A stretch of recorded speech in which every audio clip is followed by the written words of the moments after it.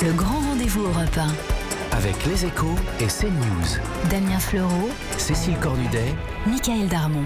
Est-ce qu'il faut que tout le monde paye l'impôt? C'est ce que propose une ministre ce matin dans le JDD.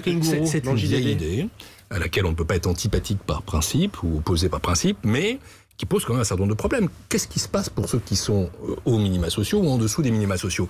Et est-ce qu'il n'y a pas à ce moment-là un risque de se dire on ne fait pas payer les plus riches et on commence à... Elle dit qu'il faut aussi réfléchir à une tranche supplémentaire d'impôt sur le revenu. Donc je pense, si vous voulez, qu'il faut vraiment là-dessus se garder... Il faut faire quoi? Vous faites quoi, vous, demain, si vous êtes en responsabilité là-dessus? Je ne suis pas en responsabilité, je sais que c'est extrêmement compliqué. J'ai dit la stabilité. Je pense que la première chose à faire, c'est de ne pas trop toucher à la fiscalité ou de le faire avec une main tremblante. Mais Pierre Moscovici, la stabilité ou le consentement? Pardonnez-moi. J'allais y venir. La deuxième chose, c'est qu'il y a un problème de justice fiscale. Et vous savez, il y a cette question de l'ISF, qui semble-t-il est tabou dans le débat. Dommage. J'ai appartenu à un gouvernement qui n'a pas touché à l'ISF.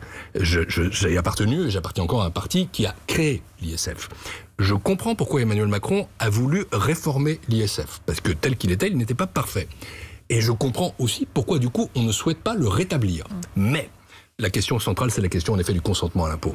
Vous ne parviendrez pas à rétablir le consentement à l'impôt des plus pauvres ou des classes moyennes dans ce pays s'ils ont le sentiment que les plus riches échappent à l'impôt. Et c'est le péché originel d'Emmanuel Macron, ça, justement. D'une façon ou d'une autre, il faudra, je crois, que cette question soit traitée.